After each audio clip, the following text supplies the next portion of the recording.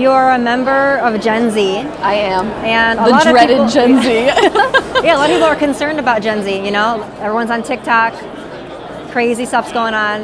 Is the generation more conservative than people might think, or what do you think about that? 100%. And first of all, I just want to say it's amazing what you guys are doing, trying to reach all of the different generations and promote this cross-generational dialogue, because far too many people in the political right at this current moment are obsessed with trying to pin all of the blame for our country's decline on people my age or younger. I'm the first year of Generation Z. I was born in 1997, so I'm 26 going on 27, and it's fascinating to me to hear this commentary that's really popped up out of the last 2 or 3 years that Gen Z is ruining America, Gen Z is destroying our country, when in reality, a lot of people had to raise us to get to where our broken country is today and where we're living in what I like to call the upside down. If you're a fan of Stranger Things, you'd know that it kind of feels like it should be the America we see on TV or in the movies, this idyllic, perfect place, but everything seems upside down, backwards, and inverted today, where it's difficult to find the truth, where men can be women and women can be men, where right is wrong and wrong is right. And it takes a really courageous group of people to seek meaning and purpose in that broken reality. And I believe that's coming from Gen Z. All of the polls suggesting that we are a far, far leftist, socialist-oriented generation could not be farther from the truth. If you look at exit polling from the last several elections, for example, from 2018, 2020, 2022, and hopefully 2024, it's almost a straight line diagonal how Gen Z is voting for more conservative policies and more Republican candidates over time. Charlie Kirk opened this whole conference by letting us know high school-aged boys in a recent poll, about 17 years old, are the most conservative they've been since the 1950s. And there's this hunger for purpose, for meaning, for belief in something bigger than our brokenness that I think gives us nothing to have reason but hope when it comes to these conservative values for our generation. When it comes to what's going on with the chaos, the insanity of the wokeism, Gen Z seems to be the ones that are under attack. I mean, if you're in school now, you know, if you're a woman participating in a sport like swimming or what have you, you find yourself standing on the second place next to a man, you know? So it's like you guys are the ones, it seems that this generation is the one that's under attack in that way. When I was in school, and I'm a millennial, but just one generation above, that was never a thing. We never faced any of those issues. So it's like the next generation, you guys have all those issues.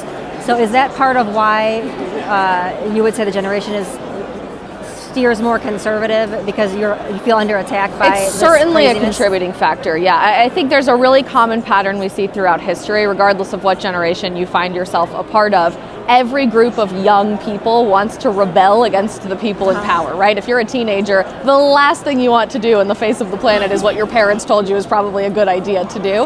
And as we've seen this pattern repeat throughout history, you looked at movements from the 1970s and really controversial times in American history in particular, but now to be radically countercultural, to be this punk rock, anti-establishment patriot means to be conservative. It means to get married young and want a big family. It means to go to church on Sundays instead of staying out at nightclubs all night on Saturday night and sleeping through the day on Sunday. It means exercising and taking care of yourself in a community and a world that's constantly pushing this narrative of morbid obesity and eating terribly and just loving yourself more the way you are. So I think there's a natural inclination for backlash with every generation. But as you just mentioned, you're looking at an entire demographic of people based on our age that's being victimized by these lies becoming truth. And that's an interesting word that I think we often try to stray away from in the conservative world, but that's exactly what's happening right before our eyes. Women are being displaced from women's sports. Women are being displaced from motherhood all before our very eyes. We're looking at birthing people and people who menstruate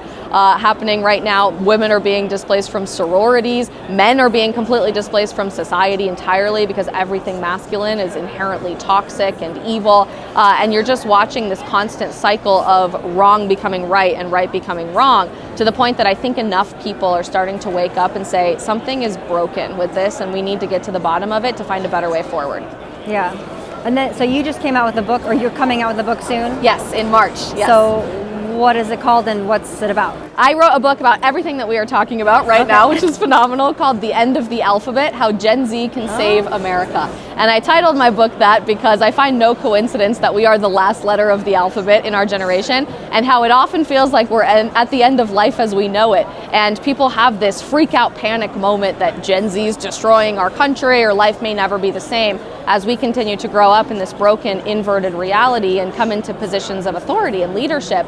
But But I actually think the end of life as we know it might not be such a bad thing after all. Maybe it's time to let this chapter be a bygone era of history past as we let the alphabet start over with this next generation, Gen Alpha, who are the children of millennials, and they need all the help they can get. They're already showing us in their young childhood right now. But whether it's rebelling against the idea that we have to blindly follow a two-party political system because that's just the way it's always been done, rather than seeking more populist independent candidates, whether it's rebelling from the idea of the four-year university system and spending $250,000 on a degree in underwater lesbian basket weaving, or whether it's this idea that we have to sleep around with as many people as possible and constantly download dating apps and poison our bodies with hormonal birth control. You're starting to see this narrative one by one in every pillar of American culture get knocked down by Generation Z, because we are embracing this pioneering independent spirit of reinventing the rules for society ourselves. A lot of people think that's intimidating because they assume that's going to mean chaos and anarchy and an institution of leftism. But based on how we're already behaving as we come into our late 20s now, the oldest of us, I think that's going to look like a very bright conservative future for the next couple of chapters of American history if the people in positions of power are willing to give young people a platform and a voice. And my book comes out March 19th, 2024, so that's when you'll be able to purchase it. The wokeism, everything started in the college campuses, Yeah. It's trickling into the workforce. Do you think the pendulum is going to swing back to conservative values, or is this trend going in this direction? Because it's starting to trickle into every area. Yeah, I said in my first book that I wrote about my college experience at Colorado State University, what's dangerous about the indoctrination that we're seeing on college campuses is that it's not isolated there. It doesn't stay there. It graduates with us, and then it ends up permeating and trickling down into every aspect of American culture. And I attended university for my undergrad between 2015 and 2019. So I was really coming out of my graduation right when all of these crazy ideas were graduating with us for the first time. And now you've seen it obviously infect corporate boardrooms, the halls of Congress, America's city streets during George Floyd-a-palooza, where we're burning everything down to make way for the next chapter of what we hope will be a better culture, but obviously many are fighting for the wrong ideas. I think it's a fascinating case study when you watch this next generation who came right after those, starting to bring those ideas to other areas of culture, younger millennials versus this new era of Gen Z. There already is a pendulum swing back towards conservative principles. Gen Z is starting to believe with every passing year more and more in God. We're embracing the idea of still wanting to get married, even in a culture where we have the lowest marriage rate ever in American history. We want kids, we want to have a fulfilling career. We don't want to be corporate slaves to a giant woke CEO, corporate boss overlord in Manhattan or Los Angeles or San Francisco. We're starting our own businesses instead. 62% of us have already started or are in the process of starting our own business. So this pendulum swing is already very dramatically going back to conservative ideas that made this country great to begin with.